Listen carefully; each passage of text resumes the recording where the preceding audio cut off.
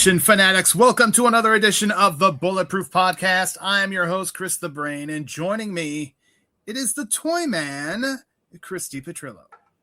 The aces of action movie podcasting are soaring through your speakers right now, folks. Get ready for this one. And here's another ace. It's our ace in the hole, Ryan Campbell. I actually am sitting in my cockpit and I have a joystick, like, 'cause I do a flight sim game. So I'm kind of like, I'm really in the mode. I've got my triple screens. I got my joystick here. I'm ready to take down some Nazis. Well, it used to None be of that was a euphemism, folks. None of that was a euphemism. He is being 100% legit. 100%.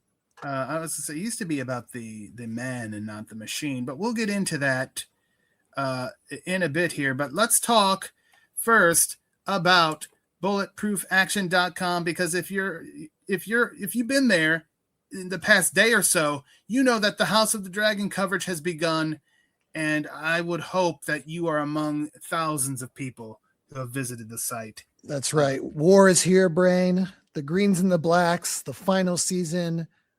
There's going to be, we're going to be talking about all the deaths and everything. So yes, it's going to be a barn burner every single week. So stay tuned. And as this drops later tonight, I will be going to a screening for Supergirl, so I'll be looking forward to that, and I'll have my review up as soon as I'm legally obligated to share it. And we'll have some more superhero content later this week, because the Toyman has a very special edition of No Surrender Cinema. Yes, we're going to be focusing on some classic Incredible Hulk. I know the schedule kind of thrown asunder this month with our migration, so the Masters of the Universe review that I did for No Surrender Cinema got bumped up a little bit. But the Hulk reviews are coming. Like I said, I'm going to be focusing on like 2 to 3 different episodes, all in one No Surrender Cinema. So stay tuned for that this week. And Matt Spector, you can always count on Matt Spector to just pull something completely random. He's got a Mirko Crow Cop film, the only Mirko Crow Cop film, Ultimate Force. Get ready, MMA fans, because he's got a review of it. But yeah, that's all happening at bulletproofaction.com. And yeah, as we're quickly wrapping up the month of June, we're almost halfway through 2026, Ryan Campbell. That's right. I know. Absolutely crazy. It was, for my work, I had to do a bunch of like mid-year check-ins and stuff with all my clients. And I was like, man, how are we already halfway through? And yeah, it's just the way. It's the way of the world, especially when you become old and decrepit like me. The sands move through that hourglass much quicker. All right. Let's quickly get into our topic today before I get depressed about things. I'm talking about, and we're talking about, and you're going to listen to us talk about Aces Iron Eagle 3. This one released on June 12th, 1992. This is a movie that, honestly, Toyman, I don't know if I even knew it existed back in the day. After part 2, where they killed Jason Gedrick in like just most jobber fashion possible, right from the start, Iron Eagle 2 immediately had to put a bad taste in my mouth, and I kind of just like moved away from the Iron Eagle world. And it wasn't until probably when Netflix started having more, old content, but back in the early Netflix days, where it's like, wait a minute, there was an Aces Iron Eagle 3? What in the world is this? And I watched it on Netflix for the first time. So it wasn't even Netflix DVD. It was Netflix streaming. Watched this one. Yeah, it was when I started like doing the streaming part of Netflix, or when they started getting more into that.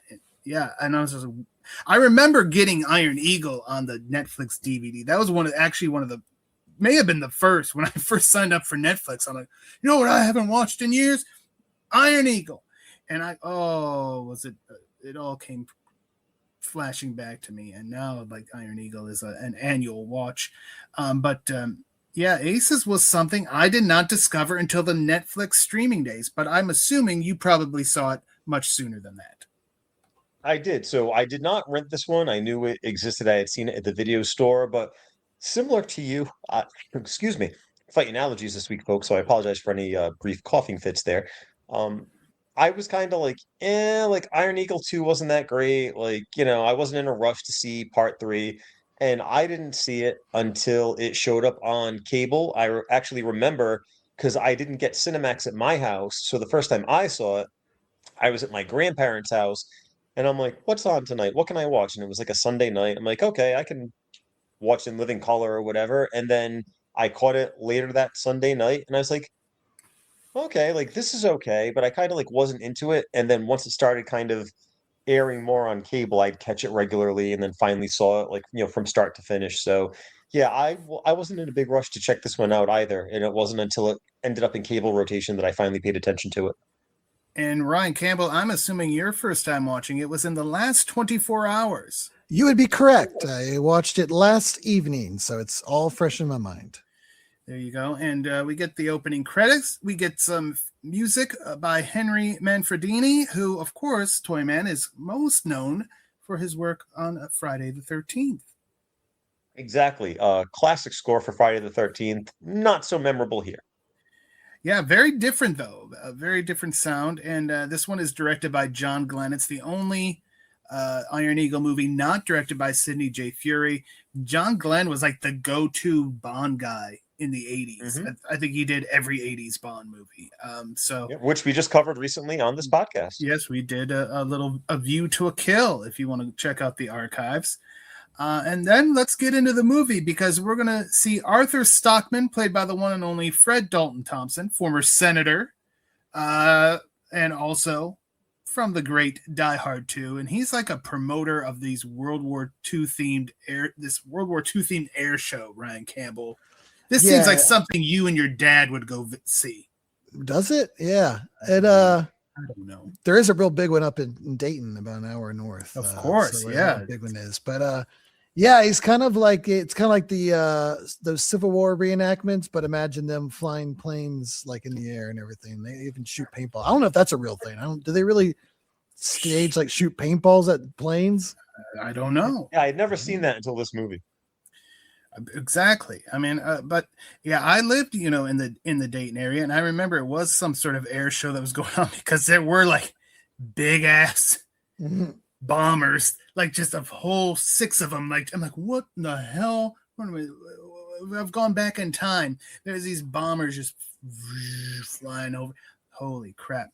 This is some crazy shit I'm seeing here. But yeah, we've got this World War II themed air show, and you can't just have planes, Ryan Campbell. You need pilots. And not only do you need pilots, you need ace pilots. That's right. And they got to be able to, they got to be able to have seen some shit. So we got quite the collection of the best here as our ace pilots. We've got Germany's Ernst Lehmann, played by Horst Buchholz of the Magnificent Seven fame. We got What a name. What a name. Horst Buchholz is a pretty great name. Toyman almost legally changed his name to Horst Buchholz once. We've got from Britain the limey himself, Nigel Palmer, played by Christopher Kazanoff of A Knight's Tale fame. He's the dad, right? He's the dad, right? But Toyman, of course, will tell us all about his time on Dynasty. As Ben Carrington, the evil brother of John Forsythe's main character of Blake Carrington. But I also remember him very well from something else, from the turn of the decade back in the 90s. He was the villain or the heel in Three Men and a Little Lady, the one that she was going to marry when Steve Guttenberg, Tom Selleck, and Ted Danson had to stop the wedding. Fascinating. A Knight's Tale is something we should probably cover at some point here on this program. That's one I always enjoy revisiting. Actually, I think this is like the 25th year. Was it 2001, 2002? We're coming up on an anniversary. If it's 2000, if it's an anniversary year, we'll get to it for sure. Then this year. Let's see. A Knight's Tale. A Knight's Tale was released on May 11th, 2001. So yeah, we're late. Years. We're late. Well, maybe we'll get to it next month. So yeah, we'll do that. We also have Japan's Sue Horikoshi, played by the one and only Sonny Chiba of Street Fighter fame. And last and certainly not least, representing the United States of America, Brigadier General Chappy Sinclair, Louis Gossett Jr. The incomparable. Oh, I love how if you have the IMDb page, I don't know if you guys have it pulled up, but the movie poster that's there, just how like disgruntled and disappointed Chappy looks on the poster. Yeah. He's just like, this is some bullshit. The poster doesn't really sell you on the movie. I mean, Lou Gossett Jr. probably felt that way about part 4. Oh, I know I did. I wish part 4 didn't exist. That's how bad that one is. It's just not good. And again, there's a fake Jason Gedrick. And again, part 2 is awful because they kill him. Like there was no need to kill Doug Masters. Like the first one ends. He's going the prologue, no less. Right. The first one, he's going to the Air Force Academy. All right, well, that explains why he's unavailable.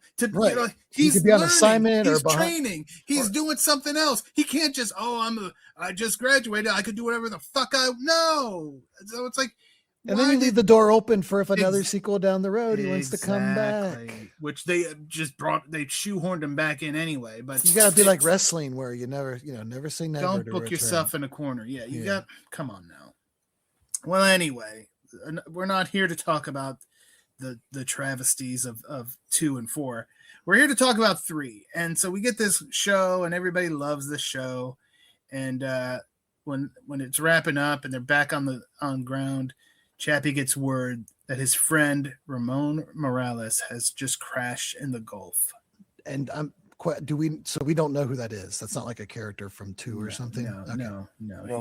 He's just another. Again, Chappy's been created to die. Right. Chappy's been in this game for a long time, and he's made a lot of friends along the way. And apparently, Ramon Morales was one of them. But now he's dead. And let's cut to Peru, and we're gonna go to this small village where Gustav Kleiss, played by the one and only Paul Freeman of Raiders of the Lost Ark fame. That's right, always a Nazi. And his right-hand man, Escavez, played by Juan Fernandez of Kinjite, Forbidden Subjects fame. He's the one pimping out little girls like the piece of shit that he was. He feels a little underused in this movie for being such a notable henchman character. Yeah. You got Freeman just chewing up the scenery every time he's on. He was kind of like the Latino Cary Tagawa. Like he was always kind of like a Spanish villain henchman. Mm-hmm. He was in A Man Apart. He was like the right-hand man of the villain in A Man Apart. It's kind of like a tough situation when like the draw of the movie is the planes, so you're kind of limited what you can do, like with the ground game stuff. But he does have one of the greatest death scenes in movie history, and we'll definitely get to that as we go on.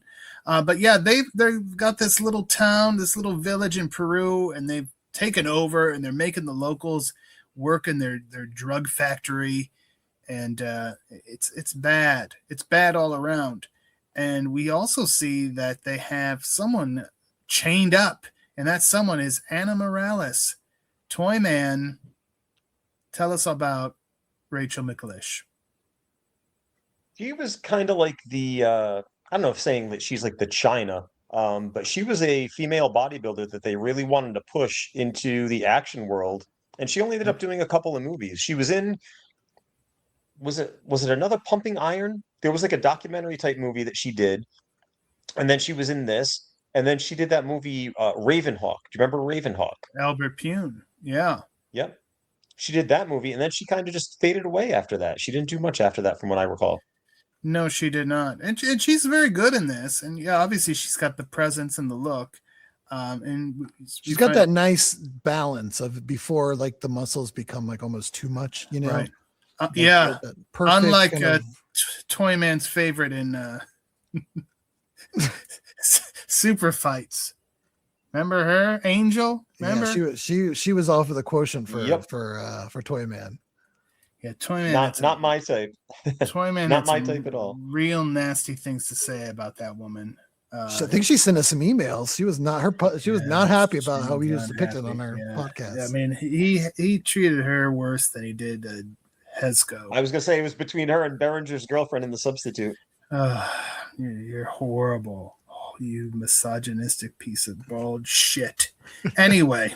Wow. Wow, some tension here. I'm standing up for. Did you date any of these women? Is that why? I'm just standing up for these ladies. Brain's an ally. That's right. He's standing up for these ladies. Yeah. All right. So now, Anna Morales. She is the sister. I guess Ramon was her brother because he did. Anyway, they got her chained up, and you look at her and like, yeah, she could be a problem.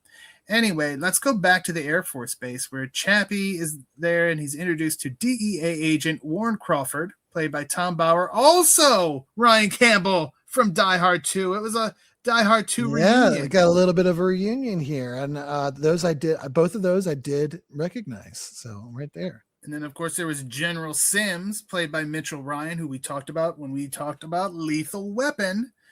And they're like, wait a minute, you know what?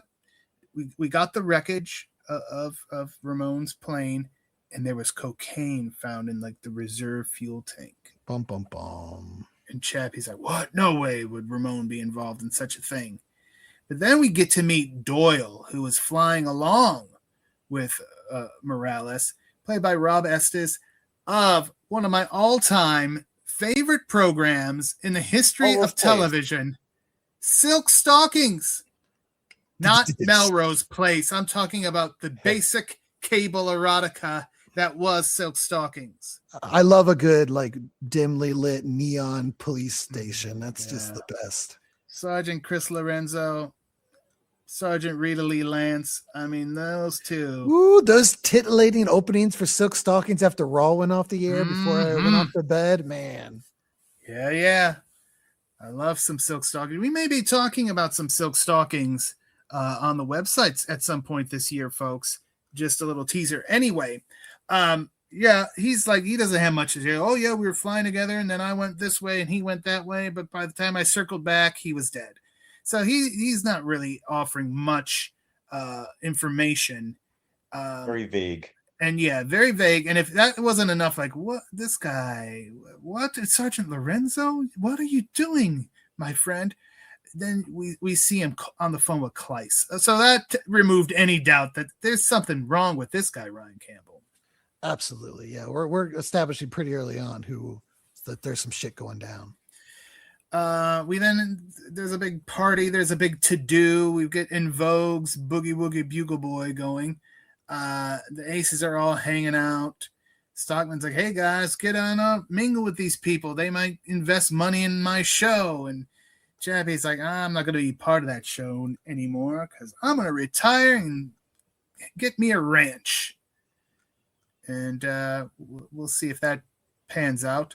But now we're going to go back to Peru. From then on, it's just the movie's just 2 hours of him like dealing with trying to buy a mortgage for a ranch outside of El Paso. That'd be fascinating. Trying to build a house, not a house, trying to build a fence so the horses don't run away. Yeah, it's really something special. It was an HGTV miniseries. Back in Peru, Anna uses her amazing muscles to power her way out of that predicament, Ryan Campbell.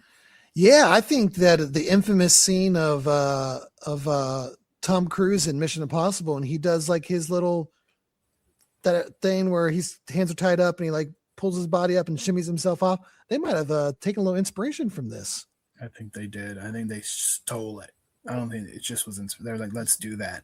Bastards. So yeah, then she gets out. She pulls herself up. She's able to unhook herself from the ceiling, but she still has the chains on her. You know, she's still shackled. And a guard. There's a guard there that she had to wait till he was at least a little bit looking the other way. Yeah, but takes him obviously out. He hears the commotion going on. Yeah, but yeah, so she's still shackled. So she goes to the train tracks and lets the train do its thing. And pretty smart. Yeah, and she and her family happens to be on the train because that's what they kind of like just transport these workers back and forth. And so she reunites with them real quick, but then she's like, I've got to get to America. So she stows away on the plane that's taking the drugs to America. And they're not just going to America, they're going to the Air Force base that is run by General Sims. Talk about jumping right into the den of wolves there. That's indeed. So yeah, who Was it Ramon? Was it the whole base? Obviously, he's not Chappy. What's going on? Chappy, after the party, the little shindig he was at, he's like, I'm going to go check Ramon's place. Maybe there's some information, something I could figure out here. Like, I can't believe he was involved with these damn drugs. So he goes there, but he doesn't find any clues. What he finds is Anna has arrived there, and they get in a bit of a scuffle. But he realizes, hey, no, I don't have an issue with you. What are you doing here? She's, of course, there looking for her brother, and Chappie has to break the news to her. So now she then breaks some news to him about this Kleiss character who plans on killing everyone in the village once all his drug factory work is done. Can't leave any witnesses. Right. And then she also mentions, these drugs, they're coming right here into America through this Air Force base. That's how they're getting the drugs in, because who the hell's checking an Air Force plane? No one ever think of, that place. They're watching all the other exits, not the base. Right. That should be one of the safest and most secure place. Kleiss, you bastard. Anyway, so Chappie's like, what? So he races over to see this plane with all these barrels, and he's checking. General Sims just happens to be out for a jog and is like, why are you dumping these barrels of fluids out? What are you doing, Chappie? And he's like, come on, you got to hear what this woman told me. So they go to Ramon's to talk to Anna, but there is no Anna. She's gone. And so Sim's like, I think you're boozing, Chappy Sinclair, you bastard. And he didn't want any part of this Toyman. He's like, you know what? They're shutting my base down in 3 weeks. We don't have any time for this bullshit, all these scandals. Just let it. Everything's shutting down anyway. Who cares, basically? But deep down, he's in panic mode because now he's like, oh, shit. Yeah, he knows. He knows Chappie isn't just going to let this go. And Chappie doesn't. He goes to the DEA and he speaks to Crawford. But Crawford's like, without proof, there's not anything we could do. But Chappie gets a sweet LA Raiders hat. And then he goes to Brownsville, where Ramon's aunt lives, figuring that's the most likely place that Anna would have gone. And this is where he passes a character coming down the stairs as he's going up. TV, played by Phil Lewis, who Ryan Campbell remembers from The Sweet Life of Zack and Cody. Exactly. It's Mosby. I was a little bit older at that point for like Zack and Cody, but I still he was always hilarious on this show. He was really good on Sweet Life and On Deck. Good old Mosby. He plays a very similar character. Like you can almost see that this guy eventually, like, he's convinced to kind of maybe get his life together and gets into the hotel industry. Yeah. Very good. Somehow I knew you would know all about it. Anna, of course, she's a little not trusting because apparently somebody showed up after Chappie left. So her trust is not fully in there for Chappie. She doesn't know what the hell's going on. Her brother's dead. People are coming after her. So she's like, I'm getting the hell out of here. She uses the fire escape and finds herself in an even worse situation, Toyman, because she's like in this drug den. And it's not long before they start trying to accost her, and she's like, oh, shit. It's not like, hey, mama, what do you want to do? It's like, okay, these guys are going to try to, if you thought the train with the chains was a good thing, this is not looking to be a very good kind of train for Miss Morales. Oh, my word. Toyman, what are you what? I mean, I think it's pretty obvious what the intentions were here. What are you, oh, my word, on this program. We went 0 to 100 real quick. I'm going to have to put some sort of disclaimer on this episode. My word. But yes, among these cast of characters in this drug den wanting to run a train on someone is Big Man himself, played by Bob Miner, who you may all remember from Action Jackson. He was the evil version of Action Jackson that they were using to set Jackson up, and he killed Robert Davi as well. And he was also the stunt coordinator on this film. So interesting. There you go, Bob Miner. TV ends up getting involved, and he basically saves Chappie and Anna from certain doom. And Chappie's like, I owe you one. And I then like how he just backs out of the room holding his shotgun, and the whole gang with their guns out do nothing. They're just like, yeah, we'll let him go. Yeah, TV. He must have had some sort of, I don't know, hypnotic control. But Chappy then gives Anna a map and it's like, you mark out exactly where Kleiss is operating because we need this information for the DEA. But I got to fly. And he means that literally, Ryan Campbell, because there's another show going on. Yeah, we established earlier that this is like the final show. Right. Yeah, right. So we're wrapping up the season, but he's duty first. Yeah, he's made a commitment and he's going to stick to it, by God. It's Chappy Sinclair. He does give TV $50 to keep his eye on Anna while he's away. But there's people keeping an eye on him because across the street you see Doyle and one of the most random castings of all time, possibly Toyman, Chico, played by Ray Boom Boom Mancini. A very minor role, but Boom Boom had some history. He had some power behind that name, and here he's almost just kind of like a forgotten character. Yeah, like what happened here? How did this happen? Was he? You could have made him one of the underlings later on. Like we saw another famous face pop up towards the end. You could have thrown him into a role like that. You could have, but they didn't. So yeah. So Chico recruits TV. Money's just fallen into TV's lap here today, Ryan Campbell. Yeah, he's struck gold. He's just right place at the right time, I guess. Everybody's just, hey man, I'll give you this much money. Come here. You be the lookout. I got to go find this Anna chick. He's got a very trusting face, I guess. I guess so. Chico, he's got a big plan. He's going to take care of Anna, but he was not planning on Anna nailing him with a frying pan. And then TV, who's supposed to just be the lookout, does once again get involved. But now let's cut back to the air show. And mixed in with like those paint bullets are real bullets. Someone's been fiddling with the ammo. And this time it wasn't Chucky. I don't know if you guys remember Child's Play 3. That's how Chucky got the military academy students to shoot each other. He replaced the paintballs with real bullets. There you go. There's your Cricket of the Week, brought to you by Cricket Wireless. Thank you. Yeah, I did not. That's one I've only seen one time. Child's Play 3.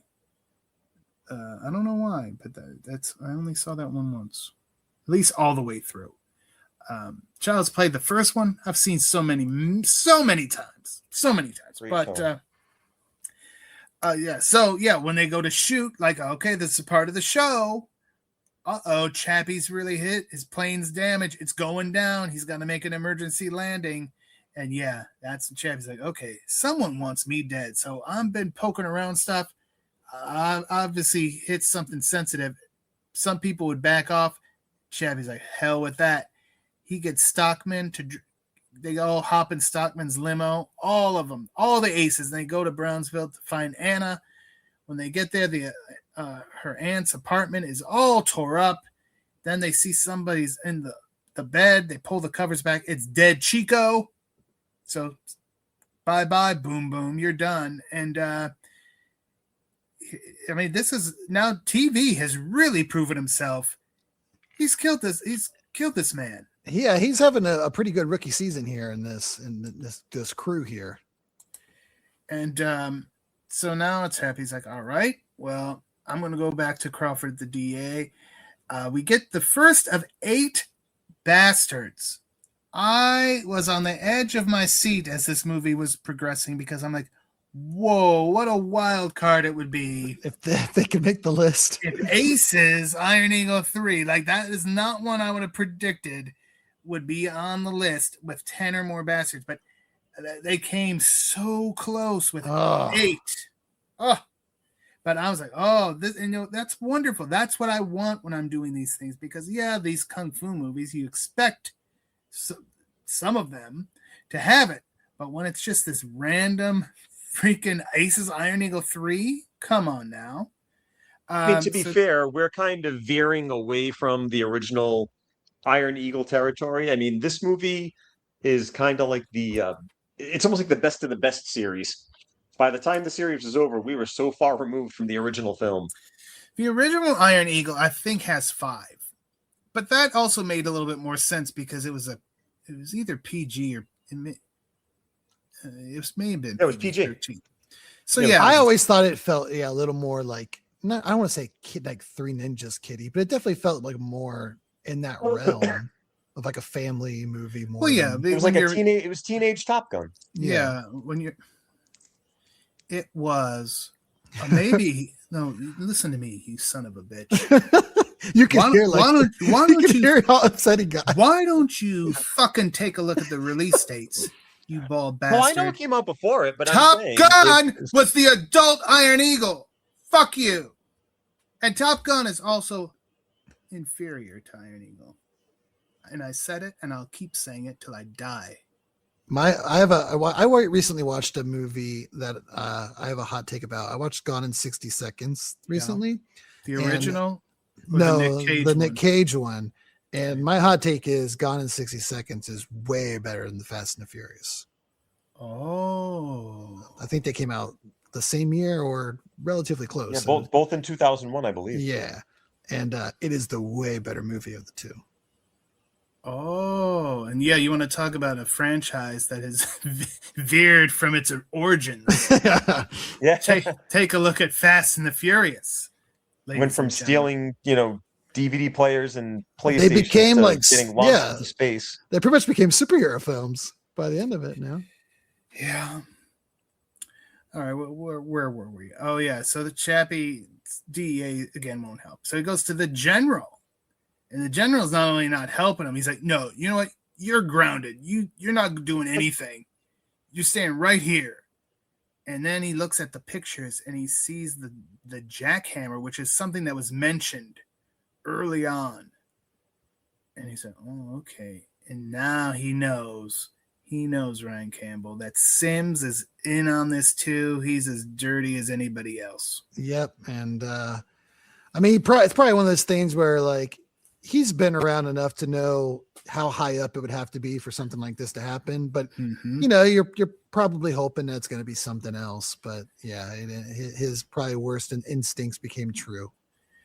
So then Chappy and the Aces attend Ramon's funeral. Afterwards, Anna tells Chappy that she has to go back and do whatever she can for her village. And Chappy's like, what are you going to be able to do? You can't just go in there like that with no plan.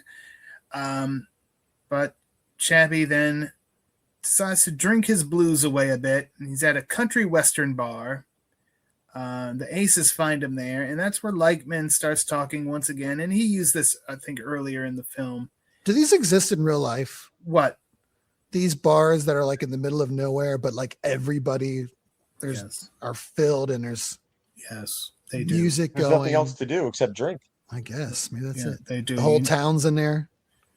And now the Aces are there. And again, Leichtman's talking about being a pilot used to be about the man, not the machine. These fancy new planes basically fly themselves. Back in the day, you had to do everything. You had to be the one. And Chappy's like, would you like to prove that theory? Chappy's wheels have been turning. That's right. Challenge accepted.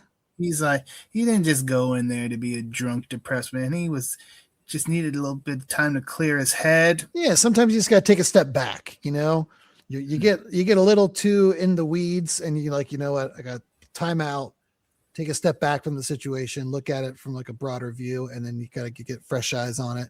And there you go. A solution presents itself. And it doesn't take long. Leichtman, he's like, yeah, I'll go. I got to go after that Kleiss anyway. He's giving Germany a bad name. Palmer, of course, he's ready to go. And Sue says it would be an honor. So now though, we need to convince Stockman to let them use these planes. And then he's got his Air Force. That's a level of respect they have for their promoter brain, that they don't just take them. Right, because Chappy just took planes from the actual Air Force in the first one. He respects his booker enough to give him a heads up and try to get his good graces or get his goodwill. And he's got his Air Force buddy Ames, not Ames Jane Chill of Death Wish fame. This is a different Ames, but very helpful. They got some kind of laser technology. They're gonna outfit. Very vague. Yeah, like they got this laser thing that connects to the planes. That Ryan Campbell, please explain this to us how it works. I mean, they are a real thing. Essentially, like there's laser guided missiles that you need somebody on the ground to essentially spot like the target, and then the missile will just go to like wherever that target is. But I'm pretty sure like it kind of, I don't think it works exactly like how it's working in the movie, but it's based on like a real tech. Okay. All right. Very good. TV really wants in on this mission. And you would think at this point, he's really proven himself, but Chappie's like, no, you're not going. All right. And we should note that TV is not a pilot. He's just kind of the wacky sidekick here. He's like, I feel like a lot of these he was movies selling at the time were TVs. trying to. He was selling TVs out of the back of a van, which is, I assume, how he earned his name. He's got street smarts, though. They're trying to shoehorn in the urban sidekick in a lot of these films. Right. Snake Eater 2, the drug buster. We saw it with Larry B. Scott. You shit stink. Larry B. Scott of Iron Eagle fame. I see you stepped on my line. I was gonna say I can't smell you from here, Brain. I was gonna try to get my revenge for your comment earlier. There's no revenge needed. You violated rules and got put in your place. I didn't just attack you for no reason, like I'm just some sort of maniac. I'm here to keep law and order on this program. You're over here talking shit about poor women that aren't here to defend themselves and about Iron Eagle. No, I'm not shit about Iron Eagle. I think you did. I think you disrespected it with your Top Gun comments. Now listen. So yeah, TV, you're not coming. Crawford, though, while he can't get directly involved, or at least he says he can't, he does provide some nice satellite photos. Ryan Campbell, you need satellite photos to do a good battle plan. Oh yeah, I mean, those guys have done enough missions. If you don't know what you're flying into, it's not even worth getting in the plane. So these satellite images give them an idea of kind of where they could set up anti-air defenses and all these kinds of things. And crucial if you're actually going to try to pull this off. I remember in Iron Eagle when he has all those the Eagles Club there, and they got that mission all planned out perfectly, and he salutes them. What a fucking moment. He could have used those kids here for this planning. They did an exemplary job, and I salute them as well. Stockman tells Chappie, first Stockman was reluctant about letting him use the plane, but then he's like, hey, Chappie, I put a super booster on your plane. And we all know, Ryan Campbell, that we're not going to be hearing about this super booster on a plane if we're not at some point going to see Chappie need to utilize said super booster. Right. Instead of Chekhov's gun, I guess it's Chekhov's turbo button. Yeah, it is, and it works. Because, you never know when the flight leader is going to need a little more power. That's right. You're going to be going against these high, tech planes. You might need a little trump card in your pocket. So everything is set to go. All right, we've got the plan. We got the planes. They're loaded to go. And then what has to happen in movies? Sue's like, wait a minute. I'm a dishonorable man. I'm backing out. And suddenly the wind is out of their sails. They need a fourth man. They turn to Ames. All right, so it's not going to be Sue, which is kind of odd, but all right. Ames will take his spot. Doyle, that little rat fink, goes to General Sims and says, hey, Ames and Chappie are up to some shit. I don't know what's going on, but, it's not normal. They're siphoning off weapons. Yeah, they're taking stuff. They're up to something. Oh, damn those bastards. Let's accelerate our plans then. TV, for now the third time in this movie, comes through because he shows up with a bunch of weapons that Anna could take back to her people that are going to help her fight Kleiss's army. And some again, banditos. Get some banditos in there. Exactly. And so again, he's like, I want to join up. No, you don't fit the profile of my team. You just keep delivering in every instance. But I don't like you.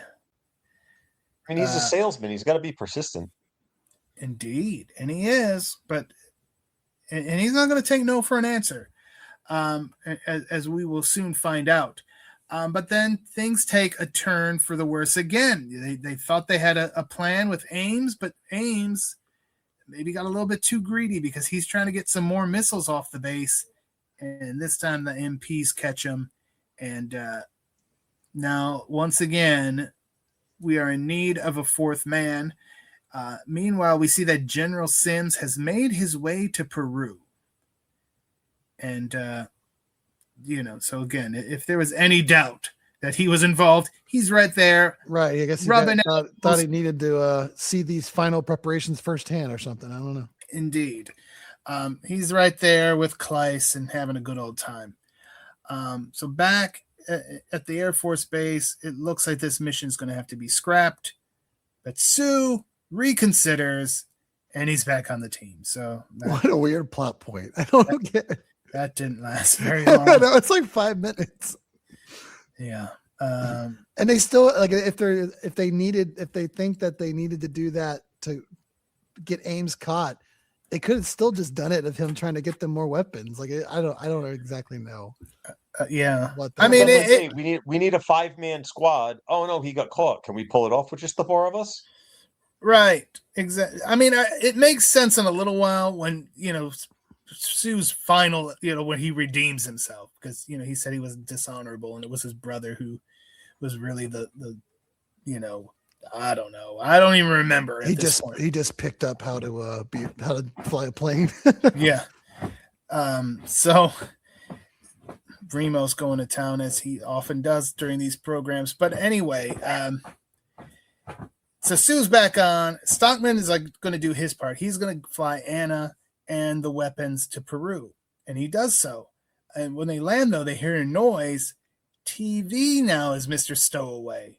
He jammed himself into a compartment. I don't know how long the flight is from Arizona to Peru, but I would assume he was probably pretty uncomfortable. It's probably pretty quick. It's probably like maybe an hour and a half. Okay. 2 hours tops, I would assume. Okay. I said 2 minutes in that jammed compartment. No, thank you. And TV begins his Peruvian adventure by talking to a young local girl about Two Live Crew, Toyman. What could you tell us about Two Live Crew? Two Live Crew are a fantastic rap group, most famous or infamous for getting called out for their album As Nasty As They Want to Be, which featured the hit single Me So Horny. That was one of the things that the parents and the people that didn't like obscenity on television or in their music were complaining about, which then led to them calling out all the people that called them out and telling them how wrong they were with another hit single, Banned in the USA, which sampled the beat of Bruce Springsteen's Born in the USA, another great rap song. And we also saw Brother Marquise from Two Live Crew popped up in South Beach with Gary Busey and Fred Williamson, which I covered not that long ago for No Surrender Cinema. Check it out in the archives. Wasn't it Tipper Gore that had the big problem with the Two Live Crew, or was that... I believe so. And Luther Campbell, Uncle Luke to some in the modern day, he's like, we carded everybody at the shows. I made an edited version and a parental advisory version. He's like, what more do you want? I did everything. It was funny because back in the day, I was obsessed with Me So Horny, and mind you, I was only 10, so I didn't really grasp the gravity of it. I just thought it was another cool rap song. Yeah. And my cousin actually convinced the DJ at his wedding to play it for at least a minute. The radio version, not the uncensored version. Naturally. He convinced the DJ to kind of put it in the mix when he was like mixing songs together and making a little medley just so I get to hear it and dance to it at the wedding very briefly.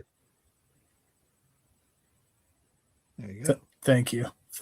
I do want to. And fun was had by all. Most people don't have Me So Horny played at their wedding. I was pretty horny at my wedding. Oh my god, jeez, here we go. We're spiraling. I wanted to give spiraling. These planes are in the sky. I wanted to give a hip hop update that Boogie Boys indeed were the ones who did a Fly Girl. It's Toyman. Yes, because you added the music to the Instagram post. Toyman did not know that last week. He was unable to confirm my initial thought that that's who did that song. And they, of course, did songs on what we talked about last week. Enemy Territory. If you missed that one, check it out. It's not as I don't know, doesn't need a parental advisory on that one, as like this one has so far. And speaking of enemy territory, our pilots. Yes, our pilots. He's trying to get it back. He's trying to bring it back. So what we happen though, Anna's there and TV is there, but then the people Anna thought she could count on are like, hell no, Kleiss has got more guys. We're not we want to be a part of that. So now it's just Anna and TV. Cowards. Rebellion did not want to rebel. No, they did not. And we see that Kleiss is having the church in the village being wired to explode. We find out Sim's motivation is basically spite. He gave the Air Force 27 years, and they repay him by shutting down his base and sending all the crap to all the other bases. I think it's always, whenever it's like a military person at the top, it's always just like that. Like in The Rock or Die Hard 2. Like if it's like a general who's behind it, it's almost always like, my men got screwed and, left this hanging, and now they're going to pay kind of thing. So TV ends up stepping into one of the booby traps, and he's like hanging upside down. Anna's fighting off guys. TV does actually, even while still hanging upside down, ends up shooting some guys. So good again. TV is the MVP so far. Yeah, he's and then we get to the scene that Toyman was alluding to earlier, or the person in one Branscombe Richmond, who pops up in these all kinds of films. I think he's like I think I've seen him 7 times this year, per my Letterboxd. And his character is credited as rapist, which is speaking of vague. I believe in Spanish it's la piste. It may be, because it's fitting because he is very rapey in this one. He's mounting this woman Anna, and what he's about to do, but she ends up like kneeing him in the balls and then taking a knife and putting it right in his fucking Adam's apple. Yeah, that was pretty brutal. She gets some good kills in this. So she did her job. He's done. Rapey Branscombe Richmond, thanks for coming. Now at this point, the aces have gotten much closer. They're almost there. And they don't have, Chappy just has to call out on the radio. And TV at this point is being hauled into the back of a truck. His radio goes off. He's smart again. He takes the antenna off and so it's like they're not going to pick up that Chappy's calling anymore. Again, TV, good job. And then TV is taken to see. They take him to Kleiss. Sims sees all this gear. He's like, all this shit's from my base, son of a bitch. And then Escovez comes in and is like, hey, guys, there's 4 planes approaching. So now it's time. You're going to have an Iron Eagle movie, Ryan Campbell. Take to the skies, Brain. You need some dogfights. You need some plane action. And we get it. And Nigel is the first one to take out an enemy plane. He does a little loop-de-loo. And then he's hanging upside down. The plane's still going. What a bit, yeah. Let's not forget that he kind of like motioned for the plane to come closer, as if he was like calling a hooker over to his window. Yeah. Like, hey, come here. I can't see. What are you doing? And, this is like the enemy pilot. And even this guy is kind of like thrown off by it. He's kind of like pointing, like, like land your plane. And it was just to lure him in to shoot him. But then he ends up, he's standing up in the cockpit, right, thousands of feet in the air.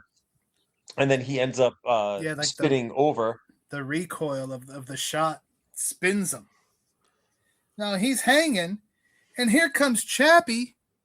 And these guys are so good, Ryan Campbell. Chappy just eases up next to him. Boom. Uses his wing to tap the other wing, and everything's set right. Yep. And you know what? No machine could do that, Brain. You can't like program a computer to be like, hey, go use my wing to tap and flip the other plane around. They'd be like, what? Yeah, that's why these gentlemen are aces. That's ace great. Pilots. Not just some jabronis. These guys are the top. Sue takes out another of Kleisa's planes. Then we go back to Anna, where she has made her way to the village. She rescues TV. Then we cut back to, we get to see Leichman take out an enemy aircraft, and he uses one of the air show banners that would shoot out the back of the plane at the end of the show. I enjoyed their like Mighty Ducks little gimmick tricks to like like score goals, score on the enemy there. They're using all the tricks in the book, Brain. I would not have expected a Mighty Ducks reference or comparison. I was thinking more like the A-Team. Well, It's just more like when they're like playing like the big mean team that like is athletically better, so they kind of just do little like gimmicks and tricks to score goals. That's what it reminded me of. Well, they do some gimmicks here, and yeah, that banner, he shoots the banner out, it goes into the engine, and well, you know, that's all. It's like when it's like when Sean Connery, Dr. Henry Jones, got the birds to go up into the sky. That's right. Kept us cool, just wandered over there with his umbrella. There's a tuk, tuk, tuk, tuk, tuk, tuk, tuk. And yeah, look, he took him down. He took down a Nazi fighter just with birds. Because he suddenly remembered his Charlemagne. All right. We go back to Anna. They're up at the top of the church by the bell tower, and they are messing with this laser guidance gimmick that Ryan Campbell explained to us earlier in the show. Feel free to rewind and re-listen to Ryan's explanation if you don't remember it. But yeah, they do that. General Sims is now, all right, we got the drugs all loaded up. I'm taking to the air. And Nigel ends up then being shot down. So it's like, okay, things were going a little bit too smooth for our heroes. So we need to throw something at them. So let's shoot down Nigel. And they leave it vague. We don't know. Is he dead? What happened? He didn't parachute out. Right. We know his ejector seat didn't work. Right. So we have to maybe consider the worst. Now, Escovez is doing his thing. He's got his guys, and they're all shooting at the church. Anna gets everybody inside. Sue decides, oh, you know what? I'll take care of General Sims. Don't you worry, guys. They get the laser gimmick working. Chappy manages to blow up the drug factory. A little bit too late. I think all the drugs are out, but you can't make any more. Yeah, it eliminates their ability to, and that wasn't the building that was already wired to explode. No, the church is the one. That's right. That's right. And unknowingly, they're like all huddling in the church for sanctuary. But Kleist manages, he's unscathed in that drug factory thing. He wasn't there or right in there. And he tells Escovez, all right, it's time to blow up that church. And then all of a sudden we start seeing choppers heading our way. Toyman, are we in? This is very similar to the first Iron Eagle, where they're like thinking they're out of there and there's more MiGs coming at them. But who is it really? Except this time, it's not the enemy. They are not surrounded. Shit has not hit the fan. Not for our heroes, at least. But it is the DEA. They have come to aid in saving the day. Indeed, they have. Anna, at this point, now realizes, wait a minute, this church is going to explode. We now got to get everyone in the hell out of here. TV again, stepping up. He sees Escovez. He takes a shot at him, but he ends up getting shot. And Escovez is like, all right, I'm going to do this myself. He puts that plunger down. The church explodes. The bell, Ryan Campbell. The bell is just spinning around in the air. Spinning around in the air. Whirling. What's that Simpsons video? Twirling and always twirling. And Escovez is looking at this thing like, what the hell? And next thing you know, that fucking bell lands right on his head and he is dead. His bell's ringing. And TV hits the line, nice hat. When you thought the Raiders hat was going to be the best hat in the movie, folks. One of the finest death scenes that we have possibly spoke of. Not to the level of one Joe Campanella in No Retreat, No Surrender 3 Blood Brothers. But for the 2026 Golden Butt Horns. Oh, yeah. Maybe nominee. Very good chance that I would say yes. Old Juan Fernandez getting the bell hat. Oh, that's wonderful. And now Sue gets to have his big moment of redemption because he's going into full kamikaze mode. And he just slams right into General Sims in that fucking plane. It's sad, but also beautiful at the same time, Ryan Campbell. Yeah, I guess a little stereotypical to have the Japanese guy do the kamikaze move, but I guess that's why they felt they needed to. He was already hit too. Yeah, he's bleeding from the mouth and everything. It's not looking good for him. So he tried to eject and it didn't work, I think, too, or something. Yeah. Something tried to pull it and it didn't kind of do anything. So yeah, he decided, well, they're getting away. Chappie was kind of off away at that point. Couldn't run him down. So he's like, I'm doing this right now. Yeah, he knew nobody could stop him, and he did it. And now, Toyman, though, we find out that Kleiss went to like Destro's secret airplane factory, and because he's got this top secret gimmick plane now. Yeah, the one that was meant to be used to get a victory in World War II. So we've got some 45-year-old tech that is being broken out to destroy our heroes once and for all. It don't look like it, though. Those Nazis had some high-tech stuff sitting around, I guess. It was like a fire bat or something. It's got like wings. It's got like angles and wings jetting out from all over it. Yeah, nobody's seen anything like it. Well, Leichtman's like, oh, wait a minute. I know what that is. But he's like, all right, that's it. I came here to take care of Kleiss. I'm going to take care of Kleiss. But yeah, he was not expecting this advanced plane because, again, if that plane is 45 years old, their planes are 46 years old at the earliest. And yeah, Leichtman gets shot. We do get to see him bail out. But you know what that means now? Gentlemen, it is time. It is Chappie versus Kleiss. It is, you know that button I told you to never press? Yeah, push the button. That's right. One of those kind of moments. The super booster. We get a little, what you smell is in your pants. Yeah, Chappie's like trash talking this Nazi bastard as he should. He hits the super booster, shoots Kleiss down. We get the 8th of our 8 bastards when he's like, that bastard never dies because Kleiss is able to parachute, assumingly to safety. But Toyman, he has somebody waiting for him down on the ground. Yeah, lest we forgot that Anna is looking for her revenge as well. And so now the final justice comes when she lures him into a spring-loaded spike tree booby trap, the type of thing that you would see on any action figure playset worth its salt. And he is impaled, he is bloodied, he is finally dead.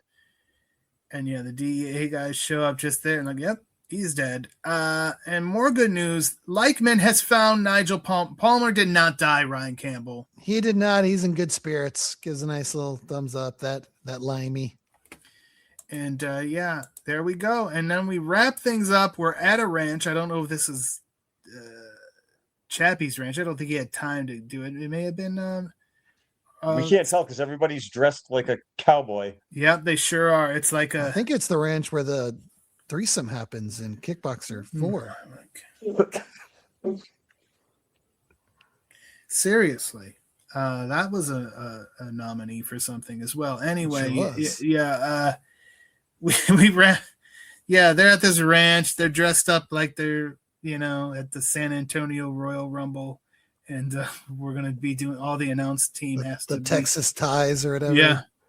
Bolo ties. Bolo ties. Yeah. Yep. Yeah. And Leichtman is there. And Anna's got the medal. She got it off of Kleiss that, Kleiss had stole the medal. Stockman shares news. Well, you know what? I lost all my planes, but the Air Force is giving me some new ones to keep my mouth shut. So I'm going to have a whole new show next year. And he's like, you know what, Chappie? I got a plane for you, though. And it's his cool Chappie plane. And Chappie's like, I think I'll name it after Sue. I'll call it Shadow Warrior. Nice.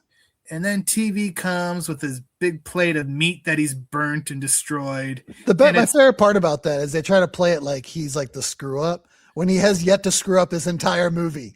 Yeah, he's right. This is literally the first thing he's gotten wrong. and like, they also, nobody stepped in and when they noticed that things were not going well at the grill. Like any of one of you could have said, you know what, TV, why don't you go out and get the lemonade? I left it and just taken over. But we get this little lighthearted, almost sitcom-like ending, Toyman. They're like hitting them with their hats and everything. Yeah. Like, oh, TV, you rapscallion. Right. It's a very lighthearted ending to this film. And it is Ace's Iron Eagle 3. And we have hit the end. Ryan Campbell, you were a first-time viewer. Your thoughts? Yeah, fun little adventure. I think it was kind of right where I thought it would be.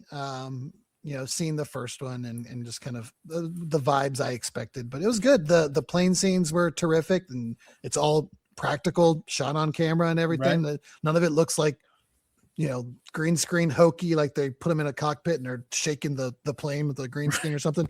Like, so all of that's really expertly done. Decent action. You got a lot of notable faces. So it was a fun little movie. Toyman. I feel the same way. I always thought that this was just like a harmless way to spend an hour and a half. I don't think it holds a candle to the original. No. And it was odd, especially in my youth, having Sonny Chiba cast as anything other than a martial arts badass. So to have him playing Sue kind of felt a little odd back in the day. But no, I mean, this is fun. It seems to want to be a little more action heavy when you've got the stuff with TV and with Anna. And I think that it's almost like it wants to be two different movies at certain points, which is why I made the comment earlier about how we've kind of drifted far away from the original. But as far as being entertaining, it doesn't detract from it. I think it works. I just think you just kind of have to turn your brain off for some of it, but sometimes that makes a movie even more enjoyable. Yeah, and this one has so many good elements that it would almost have been impossible for it not to be a fun watch. Again, as you guys have mentioned, the plane scenes are great. You've got a great cast. I mean, just Louis Gossett Jr. alone would have made it, but no, they're not. We're not going to make you carry everything. We've got a bunch of great people to put around you. They introduced Rachel McLish in this one, and she did a great job. And it's a shame she didn't do more in the action realm. And yeah, this is just one I think I have to thank RTG, our friend RTG. He's actually sent me my Blu-ray copy of this many years ago. It was a nice surprise to get that in the mail. So it's part of my collection, and it's one that I've been meaning to rewatch again. And I'm glad we got to do so right here on this episode of the Bulletproof Podcast.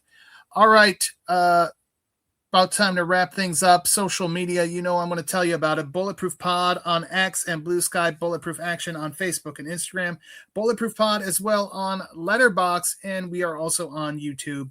You may actually be listening to this right now on YouTube, and if so, give us the thumbs up, leave a comment if you will.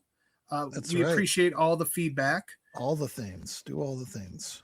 I also wanted to take a moment. Last week, our friends over at Exploding Helicopter celebrated their 17th anniversary. So congratulations to Will over there at Exploding Helicopter. That's the kind of dedication that I admire from he's been doing that for a long time, and to keep a site going for that long is impressive in this world. Ryan Campbell, so many fly-by-night things happen on the internet.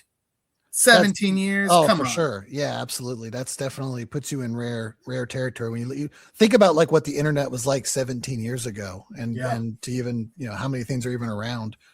I don't even know. Is YouTube even 17 years old? I don't even know if that is. I don't know. Oh, yeah, YouTube was like 2005. YouTube can legally drink at this point. Yeah. So right. Yeah, that's impressive. Congrats. Congratulations. Speaking of our friends, I just recorded an episode of the Direct-to-Video Connoisseur podcast, so that'll be coming out in July. I will have more information as that draws closer.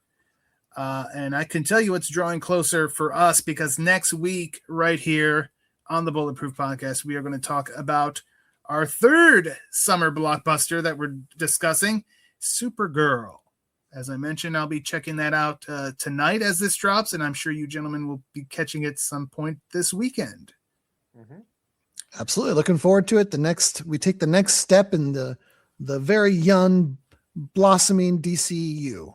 So we will see how that pans out. So far, I said it when we covered Masters of the Universe, where we were 2 for 2. Will we be 3 for 3 for summer blockbusters that we have enjoyed. I certainly hope so. I'm optimistic that we will. Have you gone to KFC to try to get the little crypto dog? I did not. I have not gone to KFC. Yeah, there's a lot of Supergirl tie-ins I've been noticing. But yeah, KFC would probably be the one I would most likely fall into. But we'll see. We'll see what happens with Supergirl, and I'm looking forward to talking about that one. Anything else that we haven't mentioned yet, or anything you want to say? Toyman, anybody else you want to insult? Anything? Nobody I want to insult. I leave that to you. That's your gimmick on the podcast. But no, I mean, I will be back next week, of course, and I will also have that new No Surrender Cinema up, focusing on the classic episodes of The Incredible Hulk. And if you want an idea of Hulk episodes that you should watch in preparation for it, you should go and check out my previous post from several years ago about the essential episodes of The Incredible Hulk, recommended in no particular order, but check some of those out while the Hulk is now currently free to stream on Tubi. That's right, on Tubi. A lot of people excited about that. And are they are they remastered? Are they good, high quality? Have you watched any on there?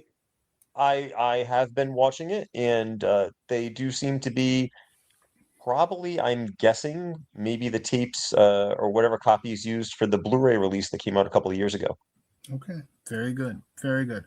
All right, well, that does it for this week. I want to thank everybody for listening, and as always, stay tuned for more of the Bulletproof Podcast.